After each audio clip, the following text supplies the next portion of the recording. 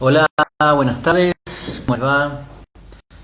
Estamos acá en una nueva sesión abierta y gratuita. Hoy es 26 de octubre de este año de pandemia, así que seguimos con esta temática que ya empezamos la vez pasada sobre el enojo. Hola Silvia, Leonardo, gracias por sumarse. Perdón que empecé unos minutos tardes, pero estaba terminando de ordenar. Sí, entonces hola Frasim, siempre me olvido tu nombre, pero bueno, es tu usuario. Eh,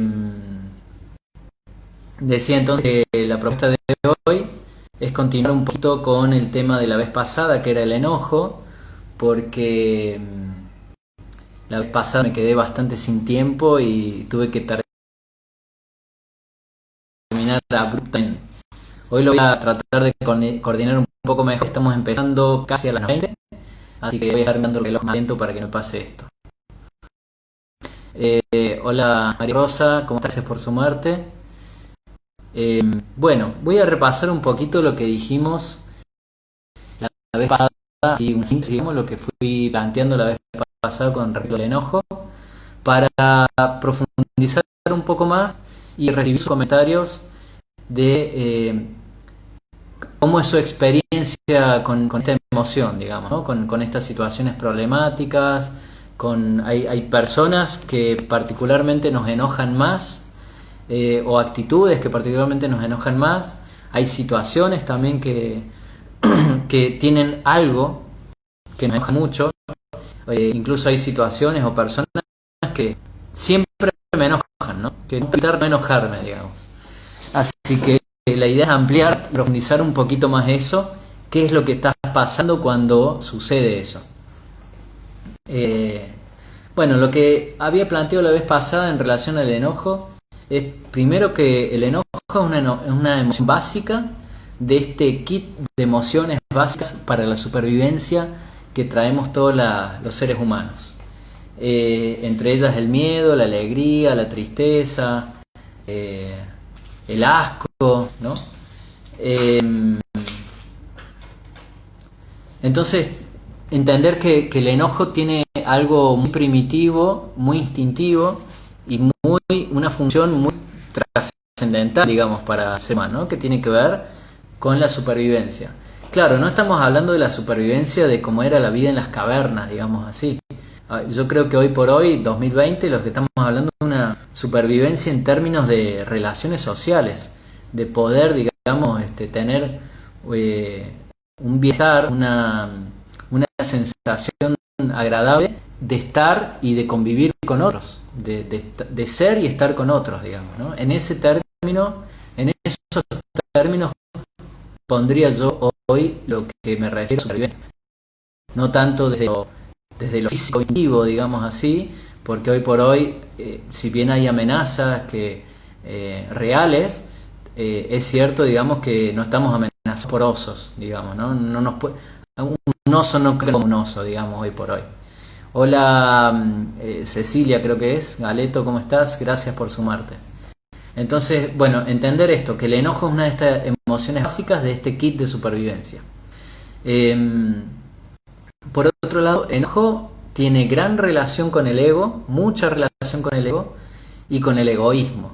El egoísmo como aquel fenómeno, aquella situación que me lleva hacia el ego, digamos, ¿no? Egoísmo. Entonces, mucho de lo que, digamos, casi siempre cuando yo me enojo, lo que se enoja en mí, de hecho, lo que se enoja en mí es el ego, es una parte de mi ser que le llamamos ego, que la vez pasada hablé un poco sobre el ego, podríamos llamarle el yo terrenal, el falso self.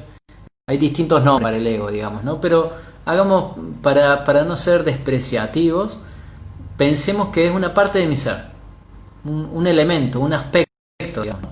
Hay otros aspectos de mi ser, que ya la próxima sesión creo que vamos a hablar sobre esto del ser o la esencia. Hay otra parte que es es distinto al ego, que de hecho yo pienso que hasta lo trasciende al ego, ¿no? Pero bueno, lo que se enoja en mí es el ego. El ego es el aspecto de mi personalidad que siente alguna injusticia, algún desprecio, alguna humillación. Después vamos a hablar un poquito más finito hoy sobre esto, que hace que el ego se enoje. Bien, entonces entender esta primera distinción me parece importante, de saber que aquel aspecto de mi ser, de mi personalidad, que no es ego, sino que lo trasciende, que podremos llamarle esencia, que podremos llamarle alma, ese aspecto no se enoja, no necesita enojarse, de hecho. No resuelve nada con el enojo. El ego finalmente tampoco resuelve nada, pero lo intenta por lo menos. Hola Rocío, gracias por su muerte. Entonces ese otro elemento de mi personalidad, de mi ser, no se enoja.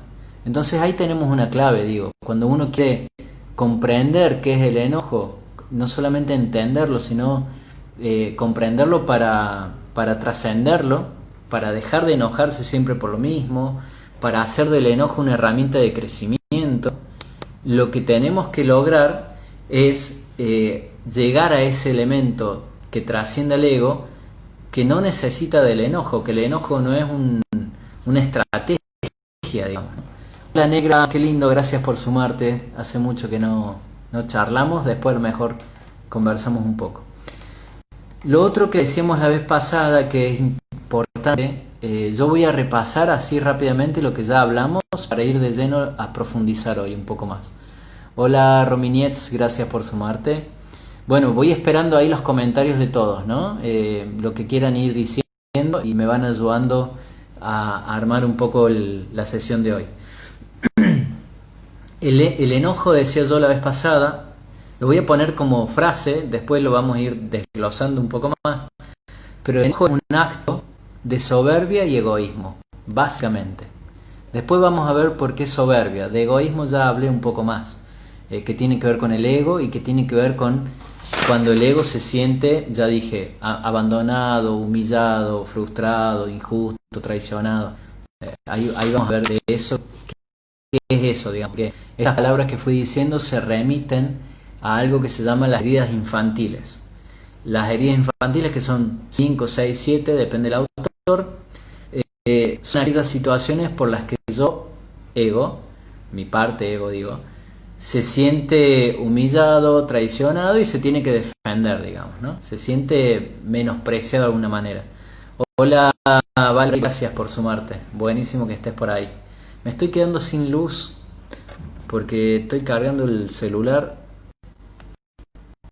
y tengo un solo cable para cargar y para iluminar. Así que por ahí me quedo un poco oscuras. Ya veo cómo hago. Entonces, bueno, esencialmente el enojo es un acto de soberbia y de egoísmo. La contracara de esto, de la soberbia y el egoísmo, digamos, la estrategia para disolver ese enojo, tiene que ver con lograr mayores grados de aceptación y respeto. O sea, ante la soberbia y el egoísmo, que es esencialmente el enojo, yo tengo que poder construir, poder desplegar mayores grados de aceptación y respeto. Aceptación, que siempre le digo, no es resignación. Aceptar algo tiene que ver con tomarlo tal cual es, poder distinguir eso que es, discriminar eso que es y recibirlo así como es. Aceptar tampoco quiere decir estar de acuerdo, quiero decir, yo acepto las condiciones de este año que tiene que ver con COVID y todo esto, y sin embargo puedo no estar de acuerdo con cómo se lo está llevando, cuáles son las prácticas respecto a esto de la cuarentena. Puedo no estar de acuerdo con eso, pero lo acepto. O sea, esta idea de la aceptación no necesariamente tiene que ver con acordar con eso. Hola Luciana, gracias por sumarte. Entonces, no es resignación y no es estar de acuerdo. Aceptación es algo que va un poquito más allá de eso, digamos, ¿no? De aceptar las cosas tal como son. Si yo las acepto y no estoy de acuerdo, puedo generar estrategias, puedo generar propuestas para cambiar algo, para proponer algo distinto. Pero siempre desde la aceptación. Si yo pretendo cambiar algo desde la negación, desde la no aceptación, con seguridad me enfrento, digamos, ¿no? Genero un enfrentamiento, una confrontación. Hola Marisa, gracias por sumarte. Y el respeto, la otra práctica de respeto, tiene que ver con dejar de exigir. Respeto y aceptación van, yo creo que son dos caras de la misma moneda, van de la mano. Si yo aprendo a aceptar, estoy aprendiendo a respetar, y si yo aprendo a respetar, estoy aprendiendo a aceptar. El respeto tiene que ver con no exigir a lo otro, a la situación o al otro, a que sea de determinada manera como yo quisiera que sea. O sea, también tiene que ver con dominar la frustración, digamos así. Bueno, decía la vez pasada también que hay, digamos así, tres niveles de enojo, por decir de alguna manera, ¿no? El enojo en términos de furia, de violencia, que es como ese enojo más instintivo, que tiene que ver con el desarrollo neuropsicofisiológico del cerebro más primitivo, lo que se llama cerebro reptiliano. Esto es una teoría de los tres cerebros plantada por un investigador, Paul MacLean, que fui y busqué el nombre y lo tengo apuntado, así lo puedo decir. Después habría otro cerebro, una evolución del cerebro después, sobre el reptiliano, que es el mamífero, que es un cerebro que nos permite, cuando digo cerebro quiero decir es un desarrollo cerebral, ¿no? Es una serie de interconexiones y de cortezas que lo que nos permite es vivir en sociedad, desarrollar la afectividad, empatizar. Entonces, cuando mi enojo se manifiesta a nivel de este cerebro mamífero, lo que aparece es la ira, es este desborde emocional, estos gritos, este descontrol, eso que cuando uno está enojado no puede pensar claramente porque está tomado por la emoción. Entonces decía, en el cerebro más instintivo reptiliano, cuando yo me enojo, aparece furia o violencia, que es totalmente irracional, instintivo, y no puedo pensar en nada directamente. Cuando pasamos al ámbito del cerebro intermedio, del emocional, aparece la ira, se llama ira, digo, ¿no? Castel, hola Jorge, ¿cómo estás? Bienvenido, gracias por sumarte. Aparece la ira, decía, que es bastante inefectivo en términos de adaptabilidad, pero es mucho menos grave que un ataque de furia o de violencia, ¿no? O sea, yo puedo estar iracundo, pero no puedo salir a romper todo, digamos, ¿no? La ira tiene que ver con una expresión desbordada de la emoción, pero sin el condimento de la violencia. Puede ser que yo haga una escena dramática, puede ser que yo me tire al suelo a patalear, a llorar, grite, pero no necesariamente pase a la violencia, sobre todo la violencia física, digamos, ¿no? O a la furia.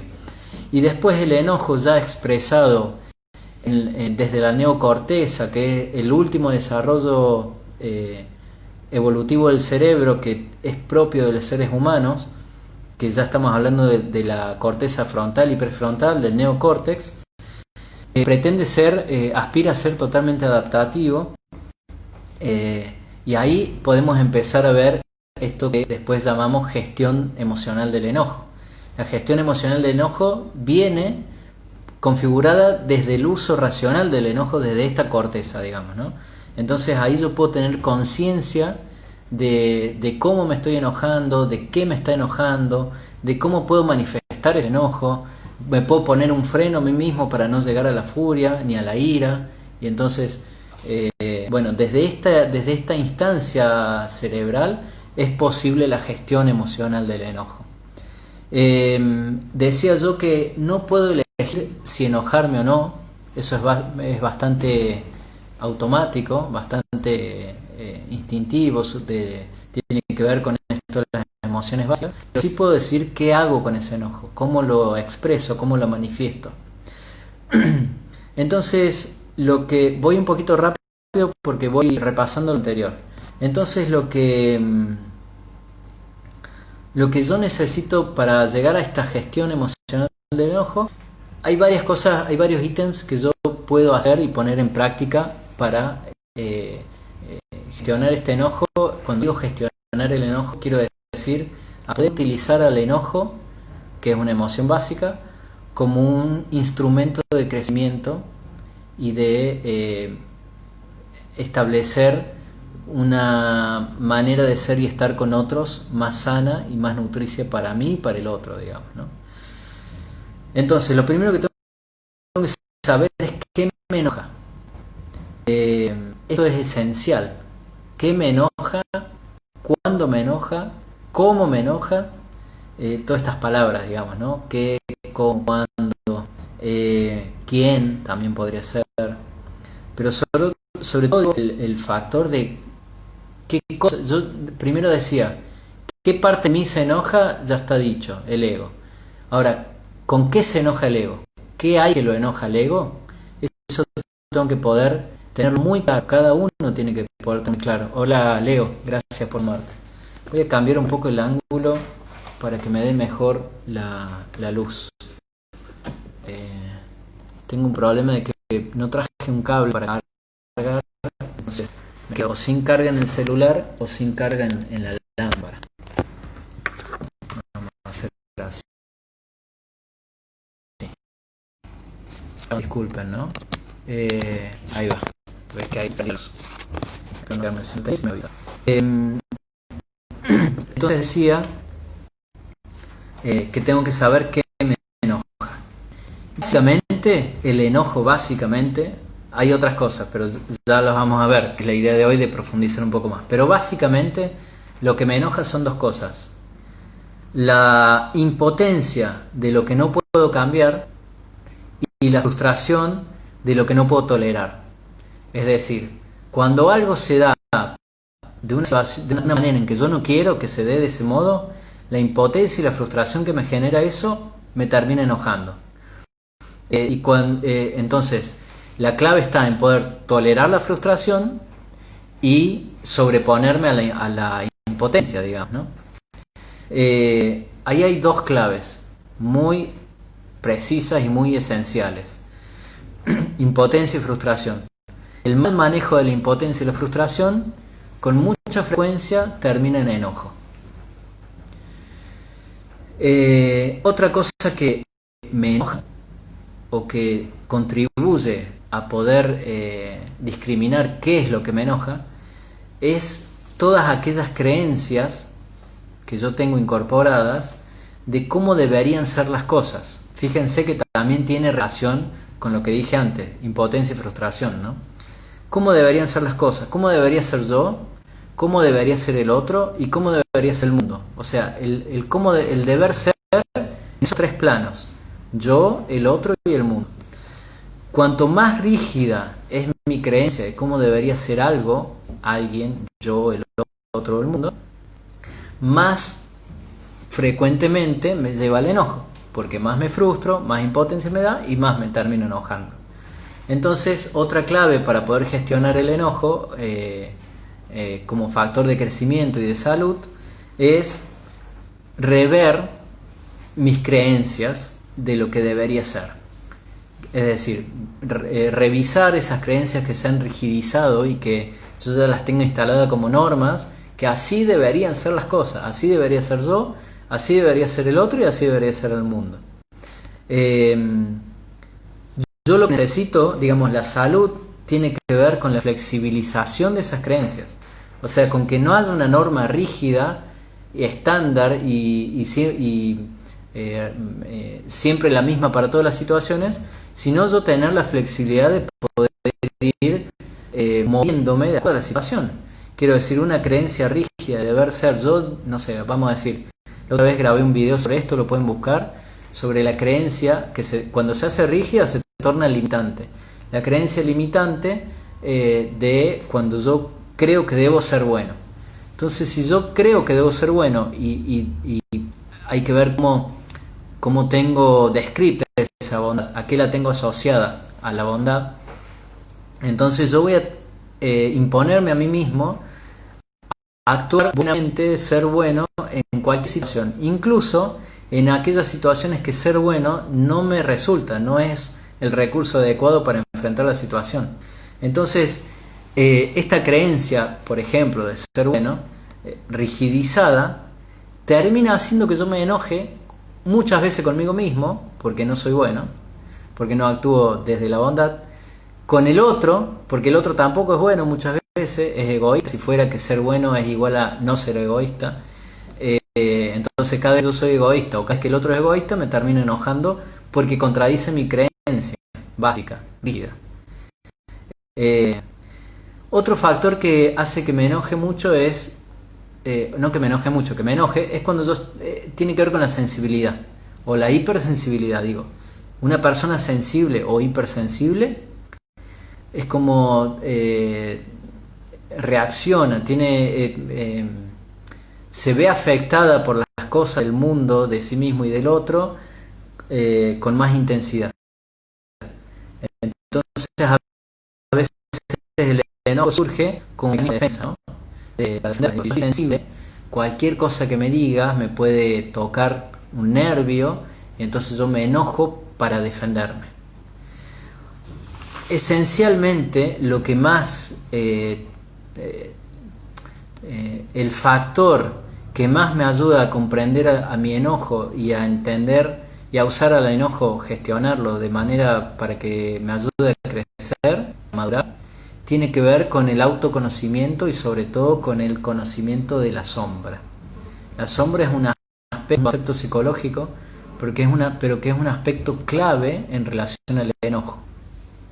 Porque todo lo que me enoja, sin excepción, todo me enoja porque se relaciona con un aspecto en sombra que está de mi personalidad.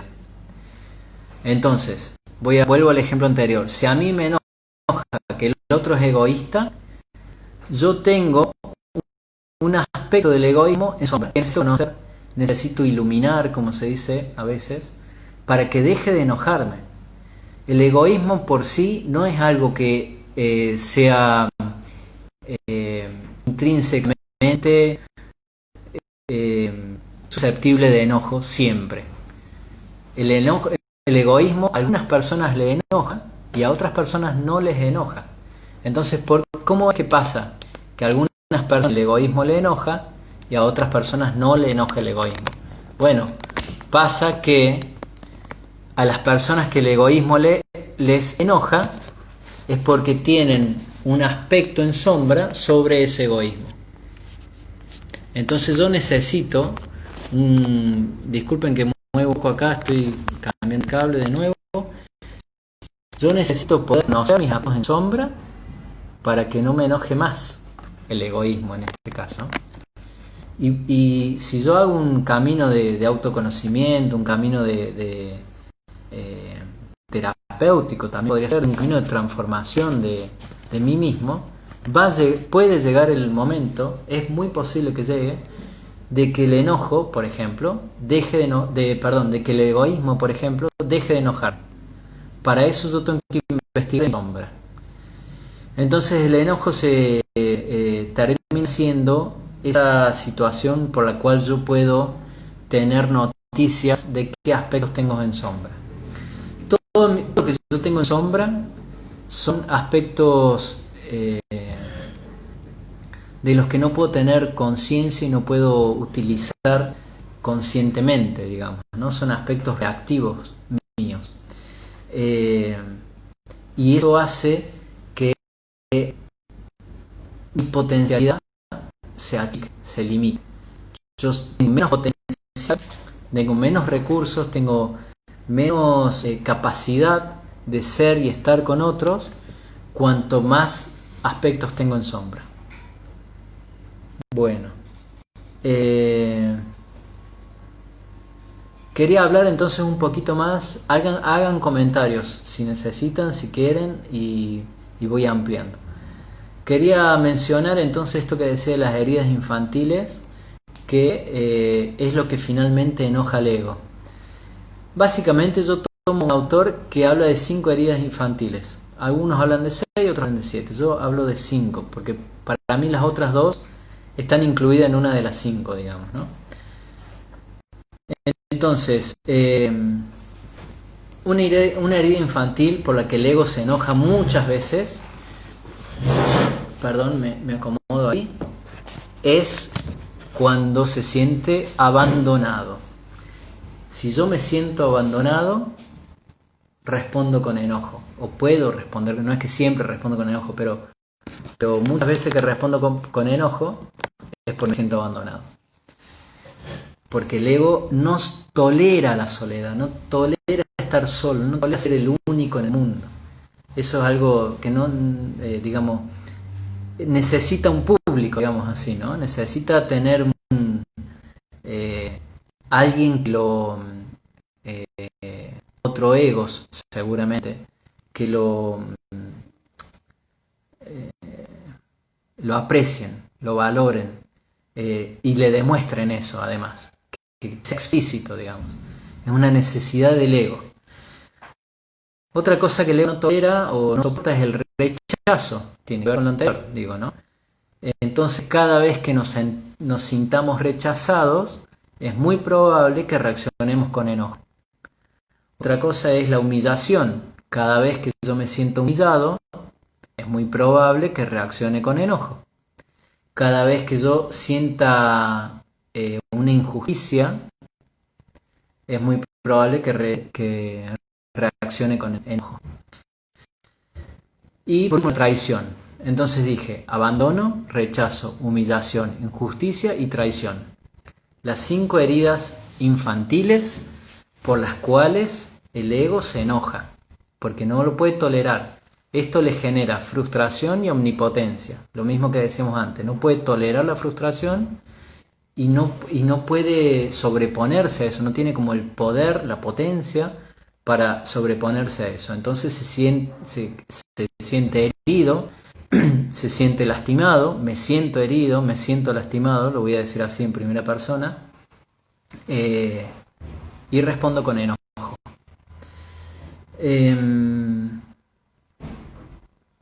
Entonces yo necesito, para poder gestionar al enojo saludablemente, necesito saber con detalle qué cosas, de quién me siento abandonado o por quiénes me puedo sentir abandonado o cuándo me siento abandonado, qué cosa me genera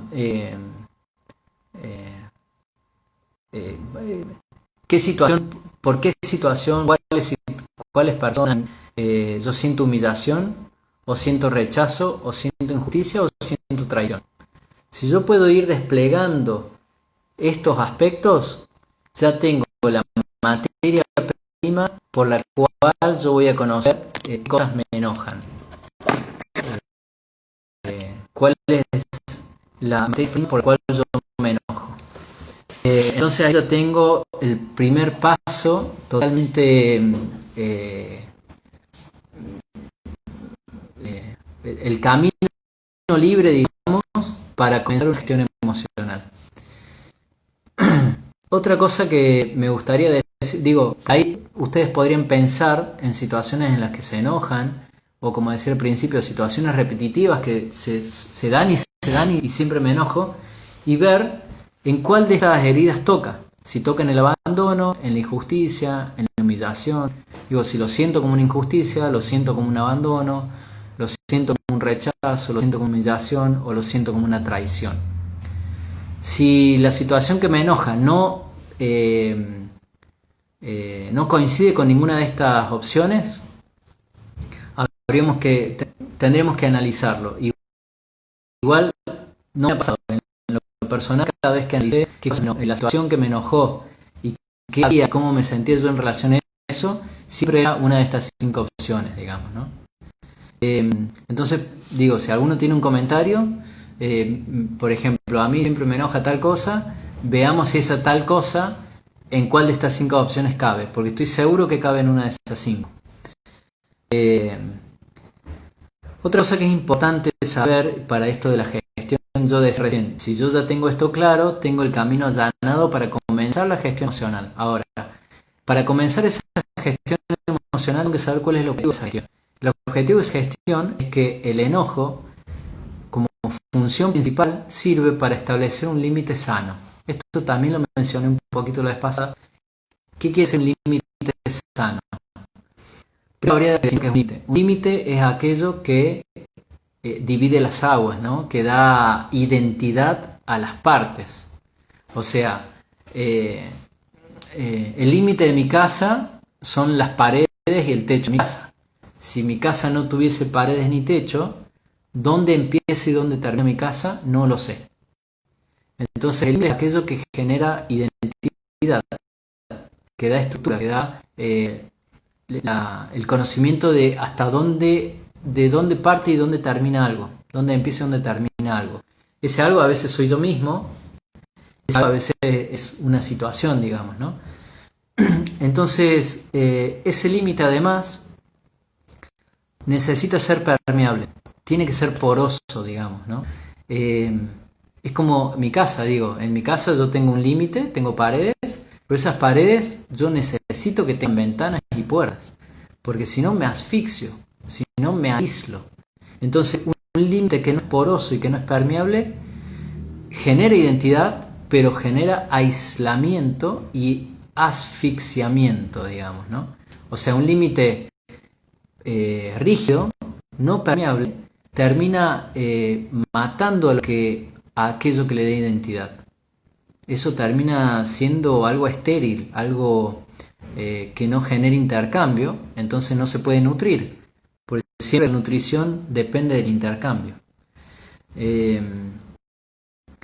Y entonces finalmente otra idea del límite es que además de que sea permeable, además de que da identidad, el límite es esencialmente un lugar de encuentro, porque para que sea permeable quiere decir que algo entra y algo sale, quiere decir que ese intercambio se genera, ese encuentro se genera en el límite. Quiero decir, cuando yo te invito a mi casa, tocas el timbre, en el momento que te abro la puerta es el límite, cuando abrí la puerta el límite está permeado, está poroso, y en el momento en que yo te veo del otro lado de la puerta y vos me ves a mí de este lado de la puerta, nos encontramos. Ahí te puedo invitar o yo salir, lo que sea. Pero en el límite está el encuentro. Es decir, cuando yo miro a la cámara y ustedes me miran ahí, en esa superficie intermedia, en ese lugar intermedio, está el encuentro.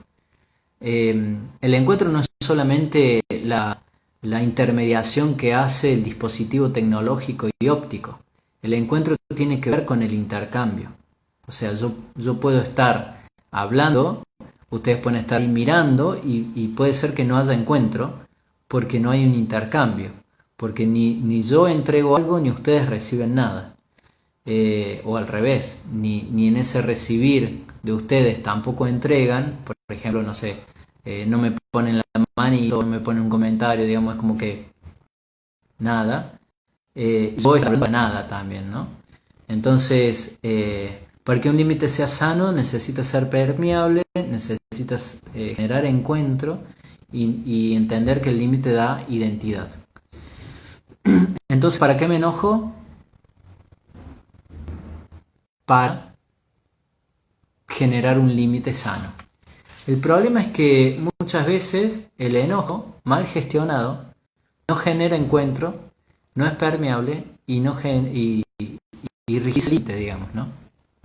Quiero decir, cuando yo me enojo y me pongo estricto, dejo de generar intercambio. Digo, vos hacés, digamos, a ver, para que no me enoje vos tenés que hacer tal cosa. Si vos no haces tal cosa, yo me enojo. Eso no es un intercambio y eso no es permeable, digamos, ¿no? Eso es una exigencia. Entonces ahí mi enojo no está sirviendo a la función esencial de poner un límite sano. Está sirviendo a la función de limitar, ¿sí? Pero de una manera rígida, de una manera no permeable, no porosa. Entonces termina siendo una exigencia, digamos. Y vuelvo a lo que dije antes, si una exigencia no es respetuosa, y si no es respetuosa, sigo parado en el acto de soberbia y de egoísmo que esencialmente el enojo es. Entonces, para que el enojo no sea ese acto de soberbia y de egoísmo, Yo necesito poder gestionar ese enojo y transformarlo en aceptación y respeto. Permeable tiene que ver con ceder. No. Permeable tiene que ver con el intercambio. Por ejemplo, una campera impermeable es una campera que vos te pones y llueve y vos no te mojás. Una campera permeable, una tela permeable, quiere decir que te mojás. El agua pasa, digamos, ¿no? Por ejemplo, en indumentaria textil, digo, con esto de las telas, hay telas que le llaman que respiran, ¿no? Algo que es respirable quiere decir que la trama de la tela es tal que permite que si yo transpiro, por ejemplo, el vapor de agua de mi cuerpo salga al exterior y no me empape, no quede todo mojado yo, digamos, ¿no? Entonces, ceder es cierto que es una manera de generar una entrega, digamos así, pero para mí es una manera pobre, digo, porque uno cuando cede generalmente resigna. Cuando uno cede es como que nadie quisiera tener que ceder, digamos así. A veces cedemos porque hemos entendido mal esta cuestión del intercambio. Puede ser que a ver, esto así. Un límite sano no implica que yo siempre tengo que estar disponible para el otro, que podría ser, digamos, ¿no? Un límite sano quiere decir que yo tengo la libertad de decir que sí cuando quiero y decir que no cuando quiero, y el otro también tiene la libertad de, che, ¿querés venir a mi casa? No, no tengo ganas. Ya está, no pasa nada. Ceder sería el caso de que yo tenga ventanas en mi casa sin vidrio, entonces sin cortina, digamos, ¿no? Entonces todo el tiempo se está generando el intercambio, todo el tiempo está entrando aire, o todo el tiempo yo tengo la posibilidad de salir, o el olor, el humo de mi casa puede salir por ahí, por ejemplo, pero no hay una regulación. Eso es como algo bueno, no sale otra palabra, no regulado, algo permanente, digamos, ¿no? Entonces, en ese sentido me parece a mí que el intercambio permanente obligado no es el intercambio sano, que yo digo, el intercambio nutricio. El intercambio nutricio tiene que permitir la posibilidad de cerrar la ventana y que entre luz y no entre aire, por ejemplo. Entonces, no, para mí, permeable tiene que ver, digamos, tiene una relación con ceder, pero no es exactamente lo mismo, por lo menos no la idea de permeabilidad que yo estoy tratando de transmitir. Entonces, para dar respuesta, un límite sano no implica siempre ceder. A veces podrás ceder, pero cuando no quieras ceder, un límite sano tendría que permitirte que vos digas, puedas decir que no, y el otro lo puede entender, digamos, ¿no?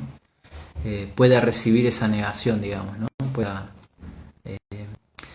Bueno, entonces para seguir con esto de la gestión emocional, además de saber y de entender qué me enoja, cuál de estas 5 heridas infantiles toca, también tengo que saber cómo llegué a enojarme, que es más o menos parecido a lo anterior, pero cómo llegué a enojarme ya ahora habla de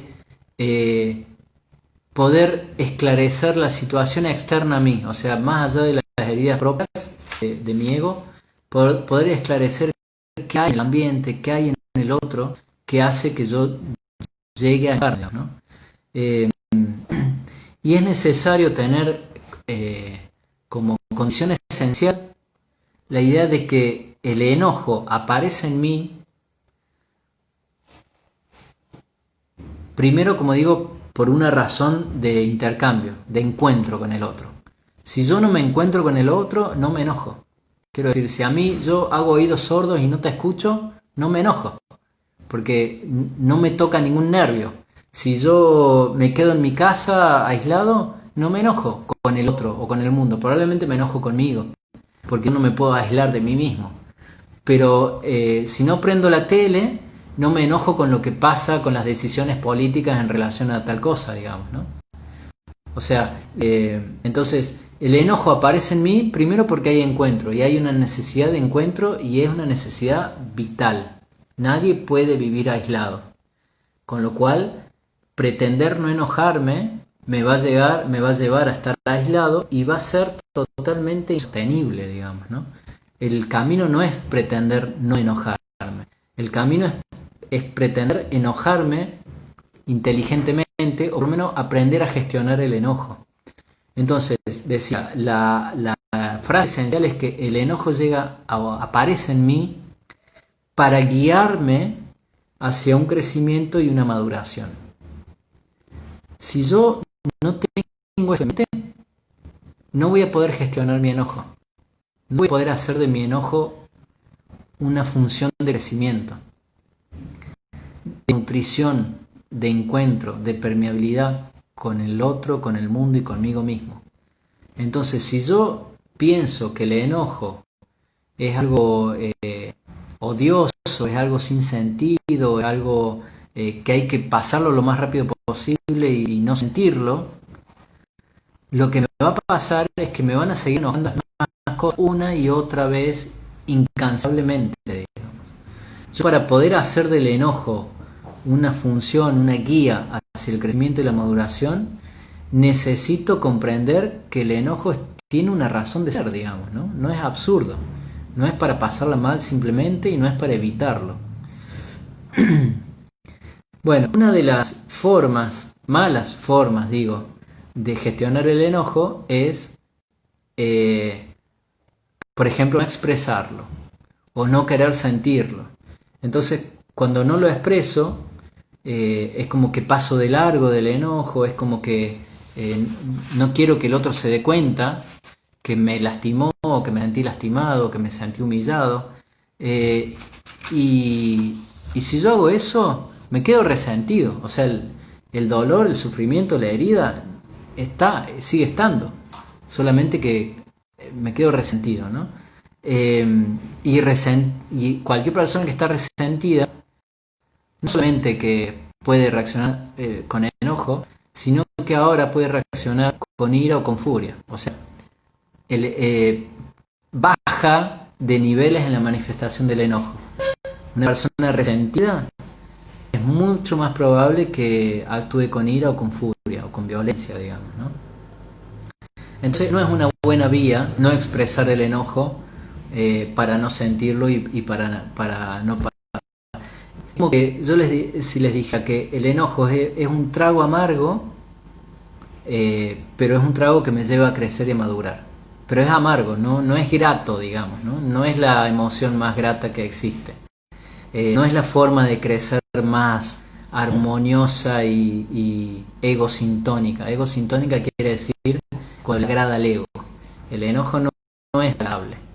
Pero es un trago amargo, pero es necesario, digamos. Además, si yo no lo expreso, se entera que yo estoy enojado, lo que sucede también es que refuerzo mi sistema de creencia de que el otro no me escucha y como no me escucha es un irrespetuoso y como es un irrespetuoso, no sé, me termino enojando. Entonces finalmente alimento un círculo vicioso ahí. Cuando yo refuerzo mi sistema de creencia limitante, o sea, una creencia rígida. También se genera el efecto de la omnipotencia cuando yo no lo expreso. ¿Por qué? Porque muchas veces al no expresar el enojo, no lo hago porque tengo miedo de lastimar al otro. Esto es porque no puedo controlar mi manera de expresar ese enojo.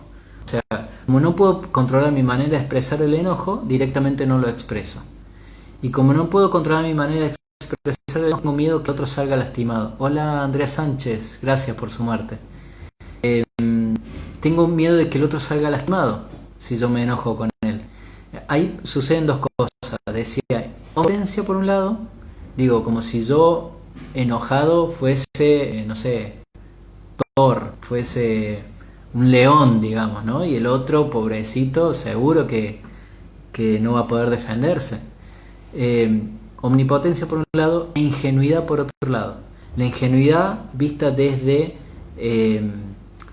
el punto de vista, digamos, del niño, el niño que, o sea, hay una creencia infantil de que el otro no va a poder defenderse y va a salir lastimado. Eso es una ingenuidad infantil. Quiero decir, si yo me enojo, puedo ser muy violento, muy bruto, pero no quiere decir que el otro no vaya a hacer nada si se siente lastimado. Se va a quedar ahí paralizado, digamos, ¿no? Es muy probable que no. Es muy probable que no, porque habitualmente cuando uno se siente lastimado, reaccionamos. Entonces, esta creencia infantil de ingenuidad, de que pobrecito el otro si yo me enojo, no es así. Y la omnipotencia de que si yo me enojo, el otro va a salir lastimado y no va a poder hacer nada, tampoco es así. Encima en este caso es peor, porque cuando yo actúo de ese modo, al final lo que sí o sí sucede, o sea, yo no me enojo con el otro para que no salga lastimado, y lo que sí o sí sucede es que termino lastimado yo, porque el enojo, cuando no se expresa, es como algo tóxico que queda dentro mío y termina dañándome. O sea, lo hago por el bien del otro, pero me sacrifico yo. Además lo hago por el bien del otro con hipótesis falsas, digamos, ¿no? Porque no es que el otro ni es tan pobrecito ni no va a poder defenderse. Entonces, cuando yo no expreso el enojo, lo que finalmente no hago es favorecer el proceso de digestión emocional. Yo necesito poder digerir lo que el efecto del enojo, para poder aprender de eso y no volver a enojarme siempre por lo mismo. Cuando no expreso mi enojo, no asimilo nada, no digiero nada, hago de cuenta que está todo bien y la próxima vez me vuelvo a enojar igual o peor todavía, pero por lo mismo, o incluso por algo más insignificante. ¿Cómo decís, vale? Entonces, ¿cómo habría que hacer? Entonces, ahí voy, ahí te respondo cómo se expresa. Entonces lo que hay que entender también es que la gestión emocional del enojo tiene que ver con un proceso de asimilación. Yo por eso es que necesito expresarlo, porque solamente expresándolo lo puedo asimilar, lo puedo digerir, digamos, ¿no? Y el otro también lo puede digerir y lo puede asimilar. Ahí es donde va lo del respeto, digamos. Ayudo al otro a que pueda aceptarme así como soy en este momento, que esto me enoja, digamos, ¿no? Lo pienso en términos de una pareja, por ejemplo, ¿no? ¿Cuántas veces uno estando en pareja, algo de otro me enoja, y para no confrontar, para no generar conflicto o para que no salga lastimado, no se lo digo? Y eso es una posibilidad de crecimiento que se pierde en la pareja. Se pierde porque hay algo que yo le oculto al otro y que queda no solamente en la sombra, sino que queda como algo artificial, algo no auténtico, algo falso. Entonces el otro, por ejemplo, no sé, sigue sin sacar la basura, voy a decir un ejemplo burro, ¿no? Y yo me sigo enojando por eso, pero el otro ni se entera. Y por ahí yo un día ya exploto y digo, pero ¿cómo es posible que siempre lo mismo haces? ¿No te das cuenta que esto me molesta? Y el otro ni se enteró que eso me molestaba, si yo se lo venía escondiendo, digamos, ¿no? Entonces como una bomba de tiempo, al final no sirve, realmente no sirve. Detrás de cada enojo hay una herida, hay algo que duele. Y el enojo es el mecanismo de defensa para no afrontar ese dolor. El enojo mal gestionado. El enojo bien gestionado es tomar al enojo como la posibilidad sanadora de curar esa herida, o por lo menos de que no duela tanto. ¿Cómo se expresa bien? Dice Vale.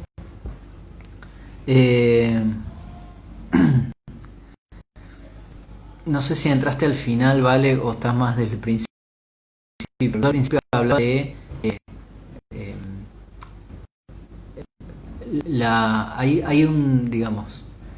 hay habilidades cognitivas propias del ser humano que nos ayudan, digamos, a resolver con más racionalidad y con más adaptabilidad y con más inteligencia, de alguna manera, las situaciones conflictivas.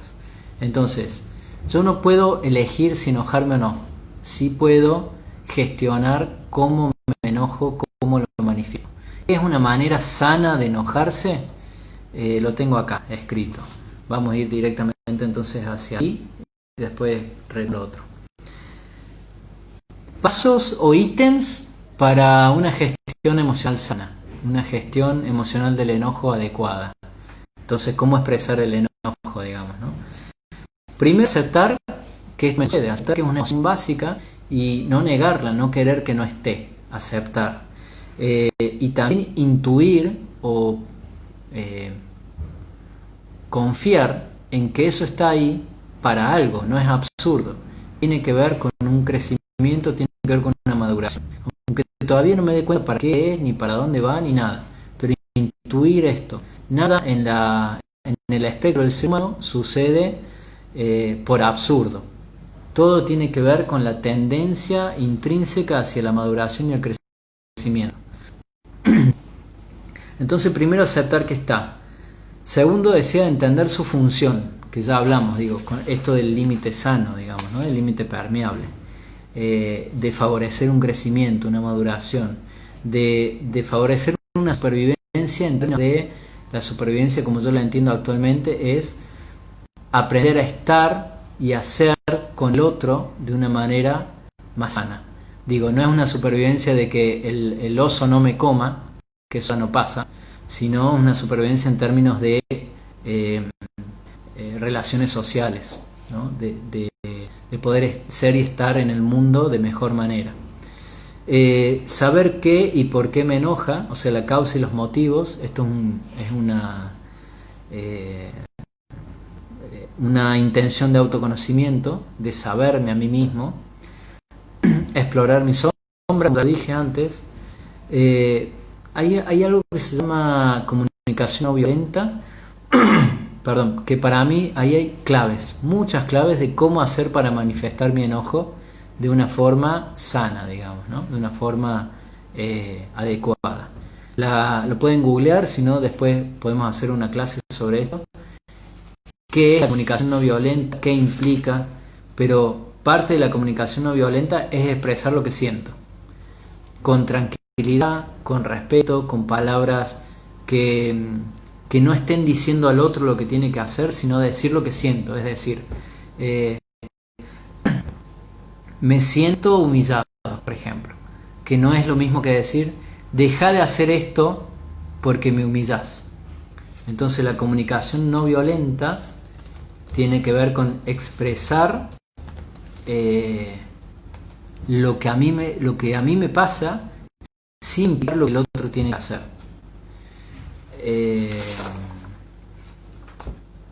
Estoy buscando en este momento mismo algunos tips de comunicación no violenta, pero si no lo voy a retomar la próxima. También se llama comunicación colaborativa, me había olvidado de eso. Bueno, ahí vuelvo en todo caso. Otro de los ítems, esto que ya dije también, practicar la aceptación y el respeto.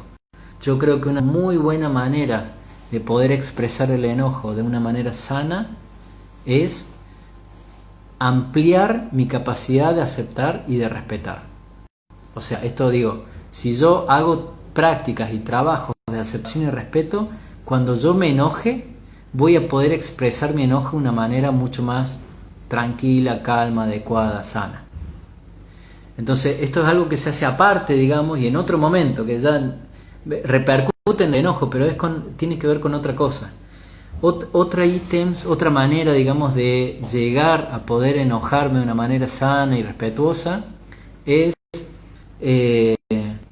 tener momentos, prácticas meditativas, contemplativas, me gusta decirle a mí, porque no solo me refiero a meditar en sí mismo, me refiero a ponerme en un estado de poder contemplar la inmensidad del mundo y mi relación con eso, de saberme parte de algo más grande y saberme a la vez pequeño, digamos, ¿no? Como que hay cosas que son más grandes que yo, que son más complejas, digamos, que yo soy parte de esto y no por ser parte soy inferior, digamos, pero que hay algo más grande que me sostiene, hay algo más grande que me envuelve. Entonces, practicar eso, que yo le llamo contemplación, que tiene que ver con conectar con aquello superior en mí y en el mundo, digamos, ¿no? Si yo puedo hacer esa práctica, también va a suceder que cuando yo me enoje, vuelvo que el enojo es el ego actuando, esta otra parte de mi ser, que es la parte más trascendental o la parte espiritual, va a poder activar estas prácticas, estos hábitos, y entonces mi ego va a estar mucho más limitado, digamos, ¿no? Va a estar, no va a ser no va a tener tanto poder en mí. Entonces decía esto de practicar aceptación, respeto y contemplación, diría, y sumaría. Otro ítem, otro tip es para que, digamos, explorar mi sombra y esto del autoconocimiento, finalmente no ser víctima de mi enojo. Si yo me siento víctima de mi enojo, no solamente voy a ser agresivo y violento por el enojo mismo, sino que voy a ser agresivo y violento porque parte de mi ser, que no es el ego, se va a sentir disminuida y va a querer defenderse también, digamos, ¿no? A ver, no lo estoy diciendo bien. Cuando yo soy víctima de mi enojo, yo mismo me voy a querer defender también de mi enojo. Entonces, no solamente el enojo como defensa hacia el mundo y los otros, sino yo mismo defendiéndome de que no quiero quedar como víctima, digamos, ¿no? Esto es como el perro que se muerde la cola. El ego se enoja porque se siente humillado, traicionado, no sé qué, pero a su vez también se enoja porque se siente víctima de ese enojo. O sea, de la misma respuesta que emite, se siente víctima de eso, porque queda atrapado en el enojo, digamos, ¿no? Entonces, lo que me salva de alguna manera de esta situación, de querer morderme mi propia cola, es entender la función del enojo y entender que el enojo aparece en mí como guía hacia un crecimiento y una maduración. Entonces esto es clave poder involucrarse, poder empaparse de qué significa, cuál es la relación entre enojo y crecimiento. Eso es esencialmente clave.